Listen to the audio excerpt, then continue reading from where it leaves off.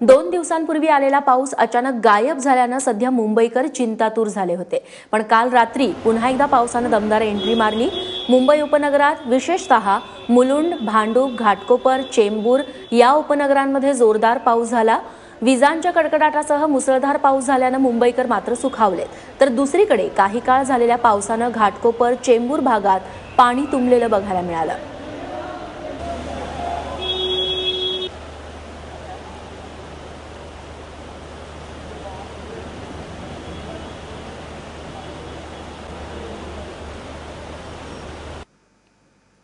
दरम्यान मुंबईतील पावसाचा आढावा घेतला आमचे प्रतिनिधी अक्षय भाटकर यांनी।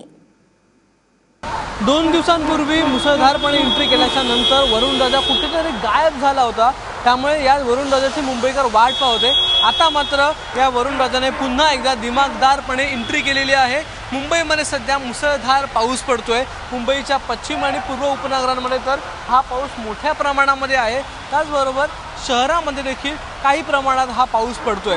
एकूणच हवामान खात्याने जो अंदाज वर्तवला होता त्या अंदाजाप्रमाणे सध्या पाऊस पडतोय।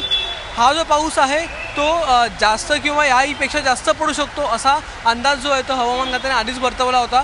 त्यानुसार आता हा पाऊस पुन्हा एकदा पडण्यास सुरुवात झालेली आहे। त्याचबरोबर जे प्रवासी आहेत, जे रस्त्यावरून चालणारे आहेत, त्यांना देखील याचा खूप मोठा अडथळा निर्माण झालेला आहे। एकूणच हे जे पाणी आहे ते पुन्हा ट्रॅकवर जातं आणि रेल्वे देखील बंद पडते, असं हे संपूर्ण चक्र आहे। यामुळे पुन्हा एकदा नालेसफाई केली की नाही असा प्रश्न निर्माण होईल। पण आता तरी सध्या मुंबईकर हे सगळे प्रश्न बाजूला ठेवून पाऊस एन्जॉय करायला बाहेर पडेल यात मात्र शंका नाही। कॅमेरामन कृष्णा खापरेसह अक्षय भाटकर, एबीपी माझा, मुंबई।